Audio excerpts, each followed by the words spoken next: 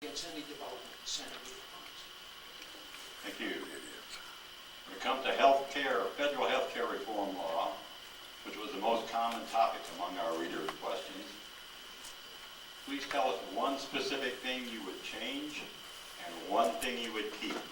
This is a 2-minute question and a 1-minute rebuttal. Mr. Barber, you're first. Well, I think, first of all, we need to look at the things that are good and not throw the baby out with the bathwater, as Mr. Kelly has suggested over and over again. One of the things we need to go after right away, it could be simply done, is to make sure that the federal government can actually negotiate the price of medications in the Medicare Part D program. When Congress passed that bill, it gave a blank check to the pharmaceutical companies to charge whatever they want. The Veterans Administration, with its buying power, can buy medications at about 48% lower than Medicare Part D. Why is it that we did that? The pharmaceutical companies wrote that bill. There's no surprise. So that's one thing that we can do almost right away. The things we have to keep include making sure that the pre-existing condition prohibition remains. Right now, if the repeal would happen, as Mr. Kelly suggests, people who are now getting health care with a pre-existing condition in a new insurance company, that would be wiped out. We would be repealing a very important aspect of that bill. The bill is far from perfect. There are many things that need to be changed. One of those is that we need to make sure that the profits that are going up and up and up, the premiums that are going up and up and up by the insurance company are somehow leveled off. We need to bend the curve of healthcare costs, and that's one way to do it. But we don't need to throw the baby out with the bathwater. Another aspect that we have to keep is that part of the bill that allows seniors to have preventative care without copays, so they can have healthier lives in their senior years.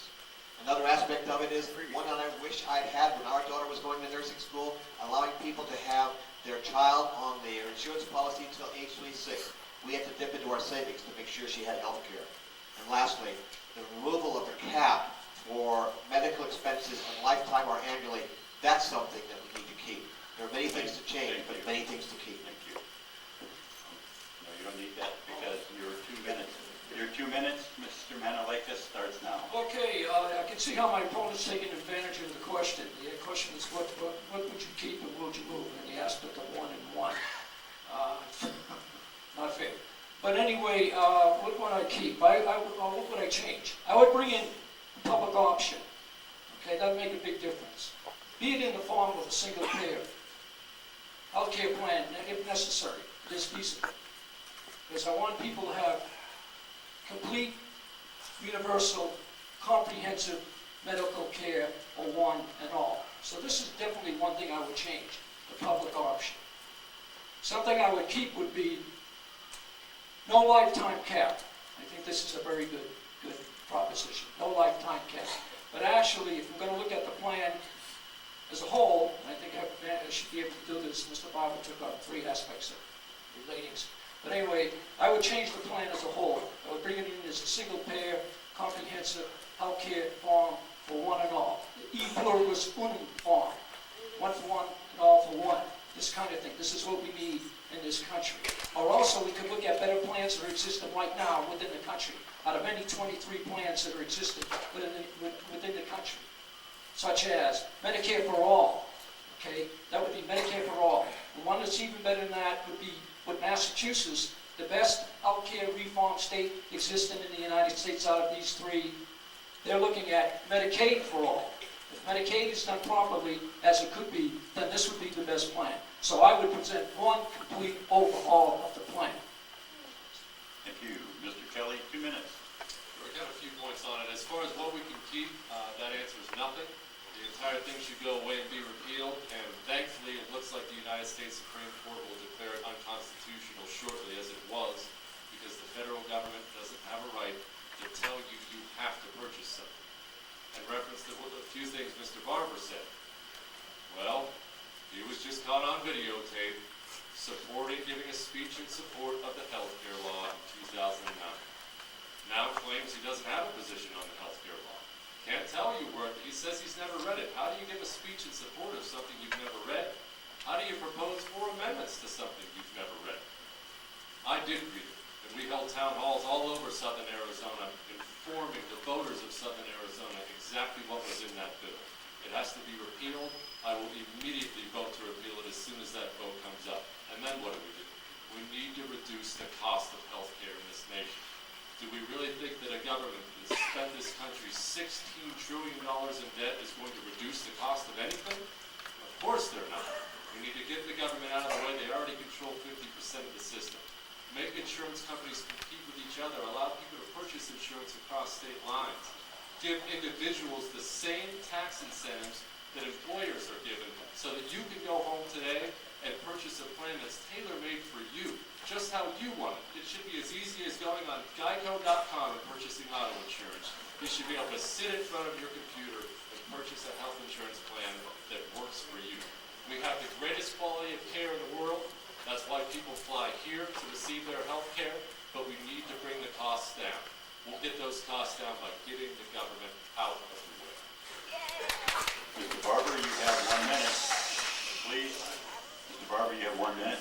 Well, there's a lot to say in 1 minute about Mr. Kelly's position on this. You know, first of all, one more time, you're trying to mislead the voters of this district by alluding to a meeting that I had back in 2009 before the bill was even introduced, and the bill was finalized. It wasn't even that bill that was being introduced 2 months later. Let me tell you what I was talking about that night. I was talking about a healthcare system that is broken. Just recently, Governor Brewer said we have a broken health system. I think last week in our debate, Mr. Kelly, you said it's the best system in the world, but no one can afford it. It sounds like a broken system to me. What we need to do is to fix those things in this bill that are not right. It is the law, and until it's repealed or until it's declared unconstitutional, the best thing that a member of Congress can do is go in and fix those things that are not right, but keep those things that American people deserve to have, such as the ones I mentioned earlier, including the lifetime cap being removed, staying off people's medical care. Thank you. Mr. Manalakis. Well, I think I've said everything I have to say, but I can expand. I'm also very capable of expanding on things that I already said. Just one. But I think it's something worth repeating. There's a Latin term that says sometimes things are very important to be repeated. So I'm just repeating that we have to make some changes in the plan as it exists. We have to realize there's 23 other plans out there that are already better than this plan, so we really don't have to be fighting over it. So we just have to work with those 23 states that are presenting better plans and pay a lot of attention to Medicaid for all and Medicare for all. These are kind of plans that can really serve the needs of the American people and see that they have universal, comprehensive health care that they deserve as a natural God-given right as well as a constitutional citizen right. Mr. Kelly, 1 minute. Back when that health care bill was being proposed, over 67% of this district stood against it. And when Southern Arizonans needed you most, Mr. Barber gave a health care speech in support of it. Obviously, he did not expect that video to come to light because he since now pretends that he doesn't have a position. But the truth is, as Harry Truman once said, Mr. Barber, if you tell the truth, you don't need a memory. Okay, I see a card up there. This discussion, because this is one of the most important issues we can be discussing tonight. I said I wanted to continue this discussion because it's one of the most important issues we can talk about tonight. Mr. Kelly, you have not said anything you would do to fix the law that is the law. And as long as it is the law, what we need to do is we're sensible and responsible members of Congress is to go in and fix those things that don't work. And I've laid out a plan for those things that don't work and need to be fixed. And to hold on to those things that do work. Your idea is just to throw everything out, even though the system is broken. You come up with no ideas that would help Americans get health care, get affordable health care. No ideas that would help make sure that the cap is taken off lifetime costs of Medicare or medical costs. You have said nothing about how you would make sure that pre-existing conditions cannot stop a child from getting health care. These are things in the law that are important.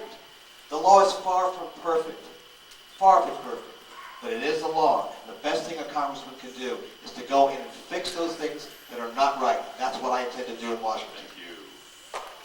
And please, we have one more challenge. challenge cards from Mr. Manalakis. We have to keep in mind that this so-called Obamacare, which is not Obamacare, but a plan set forth by the House of Representatives, you have to keep in mind it may not exist a constitutionality test. I think it should, but it may not. So we still have to keep our horizons centered on these states that I'm talking about. Again, I'll emphasize, look at these, look at a plan of Medicare for all, see the good parts of that, see how it can serve the people, and also concentrate on Massachusetts' Medicaid for all. We can have, and we deserve a better plan than is in existence. This House of Representative plan is not that good of a plan. These other plans are. For example, Massachusetts is serving its citizens with full comprehensive health care. That means dental care, eye care, ear care, at the tune and at the amount, the level of 98.2%. States like this really deserve to be looked at. And it's interesting, the 27 states that are challenging the constitutionality of the House of Representative bill is challenged by the 23 states that feel that we do have a good plan, but I want to emphasize we can have better, and we should go for it. We deserve it as American Thank you. citizens. And we've reached a point in our